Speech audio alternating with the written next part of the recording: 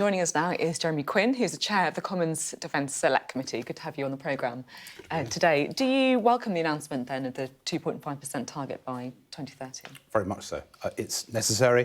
We're living in a very volatile, very dangerous world, but it's very good to see a date on that. And it's being phased over time, so industry and our allies will be able to see that ramp up in British investment in defence. The government wants to pay for the policy by reducing the civil service by 70,000. Now, you worked in the Cabinet Office, so you've dealt very closely with the civil service. I mean, where's the fact? What are the areas of the civil service where they could actually sustain getting rid of 70,000 jobs? Well, you'll be aware that coming from a defence perspective, as the chairman of the Defence Select Committee, I'll focus on the announcement from a defence perspective, and that's something to be absolutely welcomed. Happily, I'm in a situation where others in government will have to work out how to find the money to deliver it, but it is funded. Is that realistic, though? What do you think? It sounds like a lot of jobs to me. The government would not be saying that unless they believe that they can find those resources over a 6-year period, which is what we're talking about here. And I believe from what the government's been saying, it means taking the civil service back to where we were pre-COVID. So that can't be an impossible task, but it's for the government to find the funds. I'm delighted that the funds are being committed to defence. You obviously chair the Defence Select Committee. I was reading the report from February where you say, the government risks being unable to build true warfighting and strategic readiness because of the sheer pace of operations. What do you mean when you say that? All our armed forces are being continuously stretched. So there is so much going on in the world. And we have been used to our armed forces doing brilliant things globally. They need to continue to do that. But right on our doorstep in Europe, there is a live war going on. We need to be able to do more, train more with our NATO partners and make certain we've got the munition stocks and the personnel to be able to reach the challenge of be able to deter the risk of a prolonged high-intensity war in Europe. Because it feels a bit like you're saying, the threat's here, it's now, it's gathering pace. Is 2030 too far in the distance? This is a phased increase. So if the government had said, don't you worry, in 2030, we'll be at 2.5, but we're flat until then, I'd be worried. What they're talking about here is a linear increase in defence spending over time.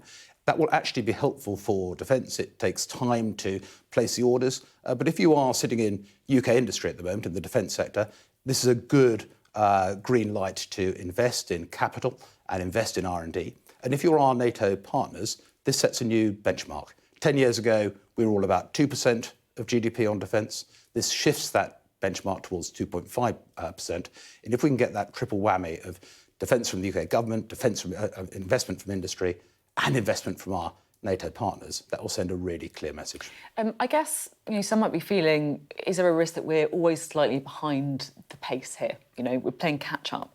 In the report, you say, the increase in global instability has coincided with a period of decreasing recruitment and reduced industrial capacity. So that decreasing recruitment, that happened on your watch, the Conservative watch.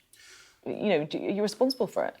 Well, there's been a very vibrant job market, and in that job market, you've got to fight to get the best recruits. There was a significant increase in pay for the armed forces last year.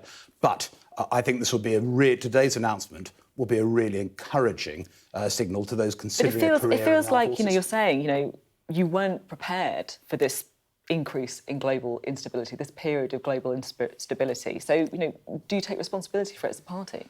What is absolutely right is that post-89, post the fall of the Berlin Wall, we took a peace dividend. That was the right thing to do. The world was safer, it was less volatile. What has happened over the last few years, we've seen it most starkly with Russia's invasion of Ukraine, with what's going on in the Red Sea at the moment with the Houthis, with the rise in tension in the Indo-Pacific.